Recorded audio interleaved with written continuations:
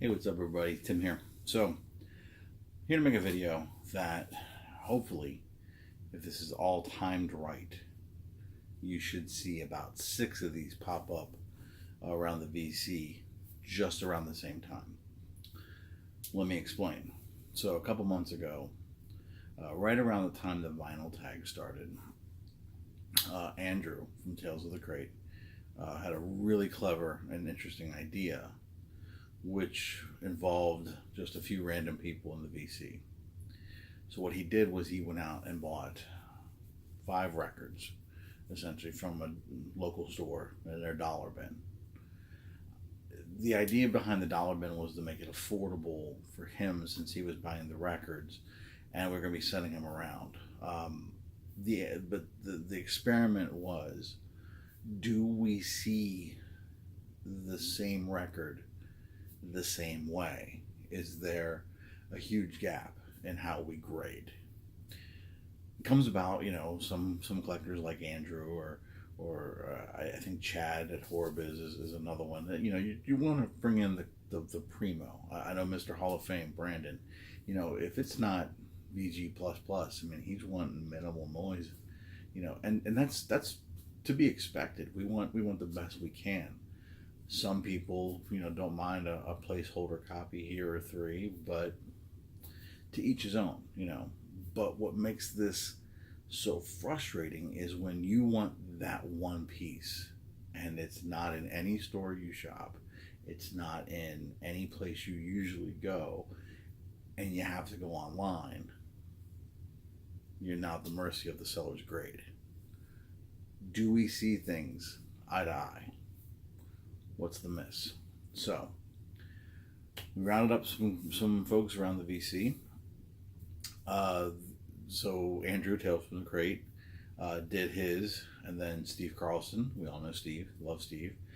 Chad from Horrorbiz jumped in on it. Steve over at Value Vinyl, which should be interesting as well because he believes in all vinyl lives matter. But he does have to understand the grading too. So he grades, and he'll admit this isn't in the best condition. So it's great to get different perspectives on it. And then one that I wasn't as familiar with until we started this project a couple months ago, but I've really enjoyed his videos, and that's Josh over at Pirate Novelist. So we've sent the records back and forth. We haven't discussed our gradings, and we're doing this kind of as the social experiment. So when they all get released, we'll be seeing each other's grades for the first time. I have no idea what Josh did or what Chad did, and they won't know mine. We're going to do all these in the same order that Andrew did. He was the first one to do it. He shared the order, so that way you can kind of, if you're interested, you can kind of compare notes to notes, not have to pay attention to which one it was. It's going to be first, second, third, fourth, and fifth. So I went ahead, and I don't know how others did it. I pre-graded because there's a few things I like to do, especially if I'm going for a more of a true grade that I wouldn't do, just that I would do for myself, but I wouldn't probably do on camera, those types of things. So the first one is Brahms, and this is Variations on a Theme by Haydn. Looks to be possibly an original epic. So we'll start with the cover. The cover itself, the front is fantastic. I mean, there's no ring wear at all. Back also very clean, but you can see here on what would be the label spine, that's a big cut into where you would see the spine of the identifying marks. There's also a little split on the bottom. Now it's not coming apart, but if you look, that's pretty bad on the spine. So now the vinyl itself, quite dusty, but again, that can be cleaned. Just to give you can see some of the dust. Now what I did was, based off of, come on focus, there you go, based off of a phrase that's been coined here quite frequently, vinyl eyes. We get in those, dim fluorescent lighting in the record stores.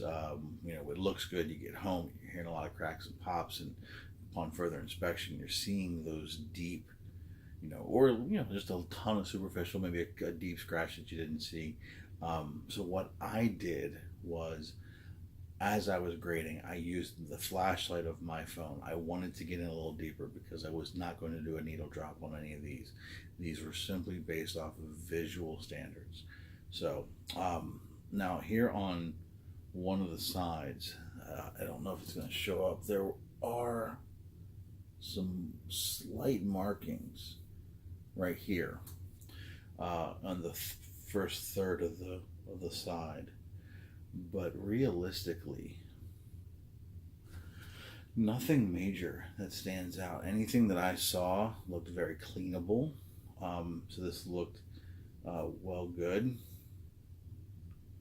relatively flat. So I was really impressed with this. I mean, for this being what looks to be, if not a first pressing, very early. So we're guessing probably mid 50s. I didn't look, and I'm not going to waste my time, but it is quite an old pressing. I was really impressed by this. Whoever had this, obviously the vinyl seemed to be taken care of. Jacket, not so much. But that's kind of the experiment. What do we see?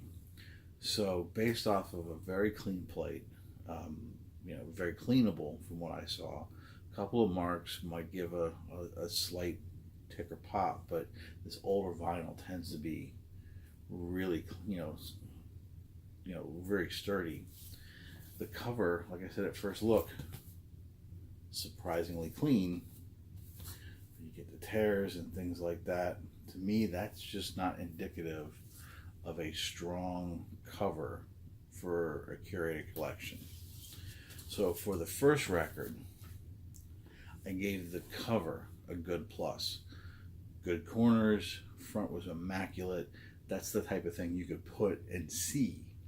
You put it on your shelf, you're not going to be able to tell what it is. Because of that, possibly some repairs, you're never going to be able to see what's on the spine. It's going to mark it down. But the vinyl itself, very clean. I gave it a VG plus. So good plus on the cover, VG plus on the wax. The second one was Mantovani's Greatest Hits. As you can see, black and white are notorious to show all those marks. So you see some of the ring wear here. The back, however, fairly clean for an older record. You gotta give them credit on that. So again, you get the ring wear there. That's gonna obviously leave a mark or take a mark or two. Again, the spine quite chewed or damaged. Possible that it lived in some crates for longer than anticipated. Could also be from, if it's in a dollar bin, it's been sitting there a while, it's been flipped and flipped and flipped. But again, that's what we're grading on what we're seeing right now. You do see the name on the spine, which is nice. There is a small split down here at the bottom. Nothing major, easily repairable. And then just a tiny little bit. So just some edge rubs. The corners aren't too bad, which is nice. You like to see that. Like to see some strong corners. So the vinyl, again, quite dusty. The London Stereophonic label. So under the light, I didn't see as much as I thought I was going to from a Mantovani record. This one, honestly, just looking at it again, very didn't seem to show a lot of issue. Definitely in need of a cleaning, but that's something that can be easily managed. But it was nice and flat, very clean, had a shine to it almost. So because of that, I did give this vinyl as well a VG plus, maybe a half tick above. I would even say VG plus plus. Because of a couple of issues the cover had, I gave it a VG minus. It's still presentable. The ring wear is not bad. The seams for the most part are very repairable, except for this. You still can see the label, so I give it a VG minus. Like I said, it's still fairly clean for the age, especially this back. I mean, that back is really good. Would probably need to reinforce the spines a little bit. So the third record. The third record is Christmas with Ed Ames, or so we all thought. It's actually Lily Tomlin's This Is a Recording. I am not going to mark that as a deterrent because it has the wrong record. We are simply grading jacket and vinyl. So let's begin. Right off the bat, you can see some chewing, some bending, some ripping, and even a slight separation right here. Tiny little splitting right there. Nothing major, could be repaired. Also some edge rub right here, but visible. You've got the visibility of what the record is.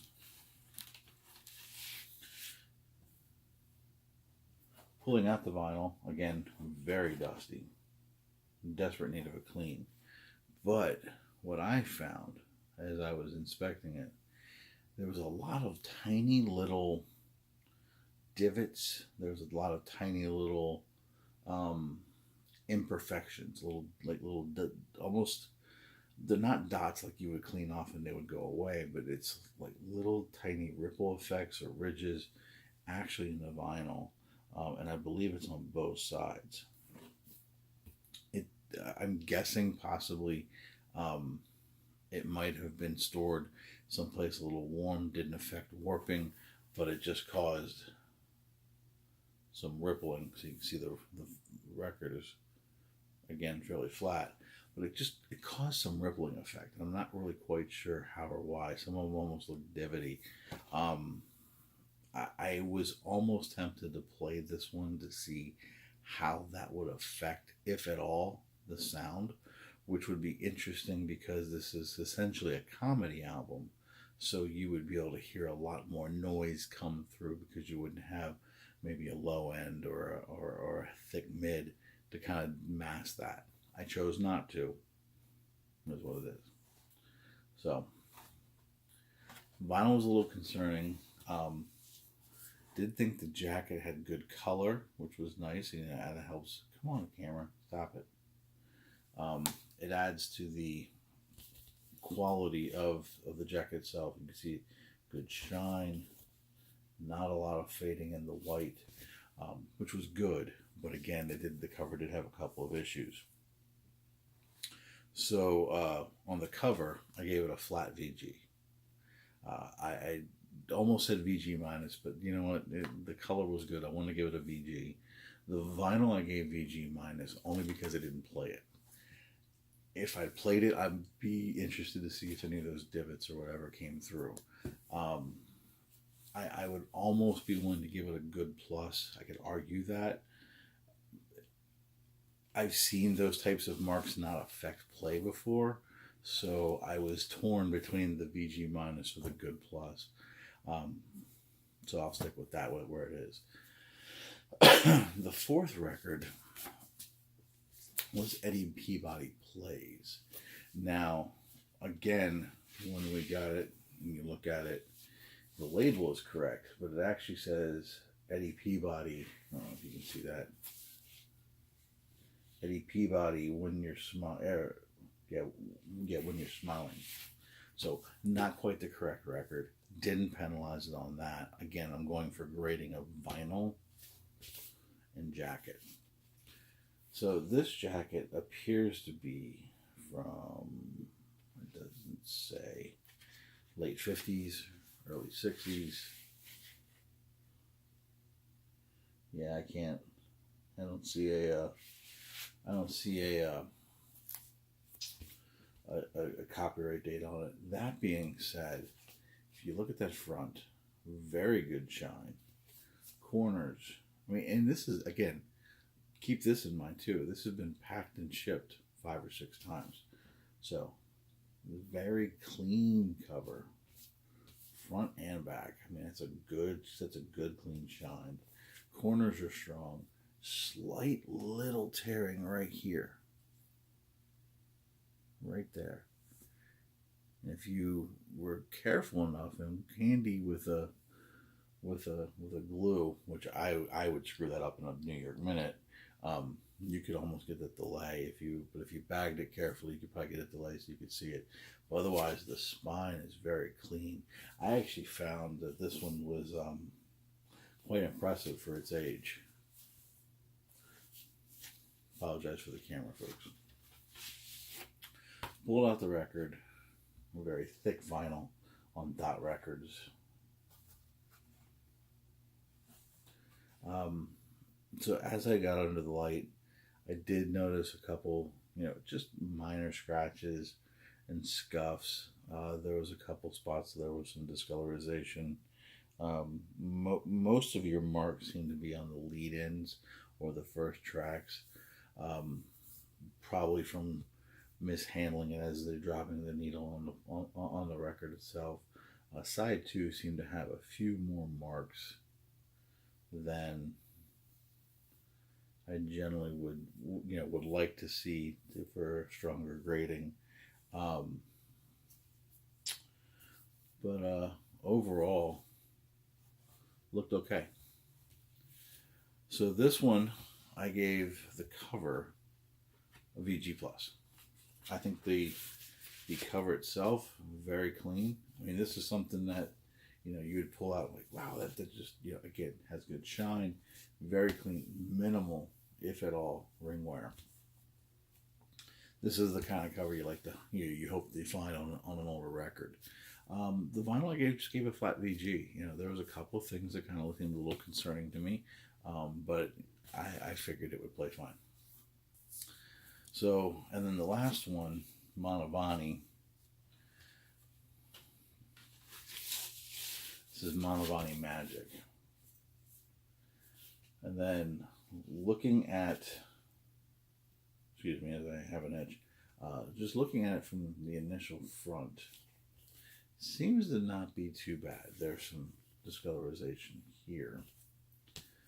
As you start to look, you got some tape residue, I'm guessing. Looks like tape residue or just tape that's worn right there. So that causes discolorization in the cover, which you'll probably never be able to get a chance to get fixed. Some fading right here in the letters. Spine itself, I mean, not in horrible condition. Obviously, there's some in here that are in worse condition overall. You got, at least for the covers, you got some splitting starting to happen there. The concerning, you got some. I'm guessing that's right there on his cheek. I'm guessing that's just, old marks or whatever. But wouldn't say it's in horrible condition, but it's not in the greatest. Then you pull the record out. You guys can probably see that right there. It's not a crack, thank goodness. Oh, you can definitely see that one. And if you flip it over, another healthy one. So those are obviously very concerning marks. It almost looks like someone took a needle and went across it, which if you do that, that's not how you scratch kids. Trust me, it doesn't. It may sound right. You're wrong. So as I looked even further, because this one side's even got another one. I don't know if it picks it up right there. There it is. So you got 1, 2. You got this one over here, which is a third, and it just kept showing imperfections as it was going. This one took me realistically probably 10 seconds for me to grade it, and I gave it a straight fair. I just, this is not one, even if this was a grail, I might buy it, but otherwise I would probably leave it right where it was, even if it was something I kind of wanted, because I know that's going to frustrate the heck out of me, damage my stylus. So the only reason I would, if it was a grail, would probably be to frame it and put it on the wall. This probably shouldn't be on a turntable. I gave it a fair. The cover, VG minus. Actually, it's probably, I'd say maybe even good plus. You get some tearing there. And it's really subjective on that point. One of the things I do, and I didn't notice in any of these, especially on some of the older ones, and I kind of like to do this. This will tell you, this will tell you a story about the history of the record. Now, this one did not come with an inner sleeve, but what I like to do, I like to look inside. This one's not too bad, but it will definitely tell you a history of the record and its journey when you can get in there and you can see. Because if you see like black, you see mold, you smell must, you're gonna have some damage on that jacket you never get rid of. So that one, I would say, I give that one a VG minus on the cover. But that record was just, to me, that was just straight fair. So this was very interesting. Now, some people may say I grade too heavy. Some people may say I grade too light. I tend to be a little bit more forgiving on the covers because we don't play them. What stands out to me are the irreparables, the ring wear, especially on a color. Chad has an amazing touch with white covers and an eraser. He can get those things looking like they're just almost as brand new as they came out. So there are things you can do to the covers to preserve them, to save them. Fortunately, I didn't see a lot of damage, but I didn't see things that would, based off the cover, make me walk away. And that's usually mold or water damage or bad smells or those types of things. Usually if you see that, you want to walk away, unless it's really special. For dollar bin stuff, I mean, it's kind of what you expect. There was a couple in there that were pretty clean. That last one, though, that's sadly more often than not. But I think it's interesting to know what we all see and the gaps thereof when you're ordering online. And here's my take on that. When you are ordering online, look at, and it's been said before, but look at the people who are selling, check their feedback, and don't be afraid to ask questions. We've all been burned on an online purchase, and if you haven't, I hate to be the bearer of bad news, you're going to. But when you understand grading and you kind of see how people can see things in a different way, it gives you an idea of, what you want to do. Yeah. So this was really interesting. I'd be interested to see if others share their thoughts on grading as well. Go back and watch some of the other ones. I'm going to try to link everybody in my description below. Thanks for watching. I really do appreciate it. It was fun to really be a part of this because it really gives us an idea of all the different things that are going on in our day-to-day collections. What, the things that we do that we look at when we go to the stores, and things to watch out for.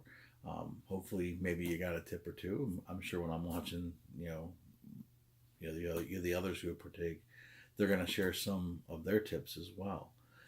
It's just a matter of being frugal, paying attention to the details, and making sure you're getting a fair deal for what you're really getting. So, VC, take care. I'm exhausted. I am in the middle of a move, and like a dumbass, I have scheduled a dig tomorrow. I don't have a problem. Good night, kids. Take care. Peace.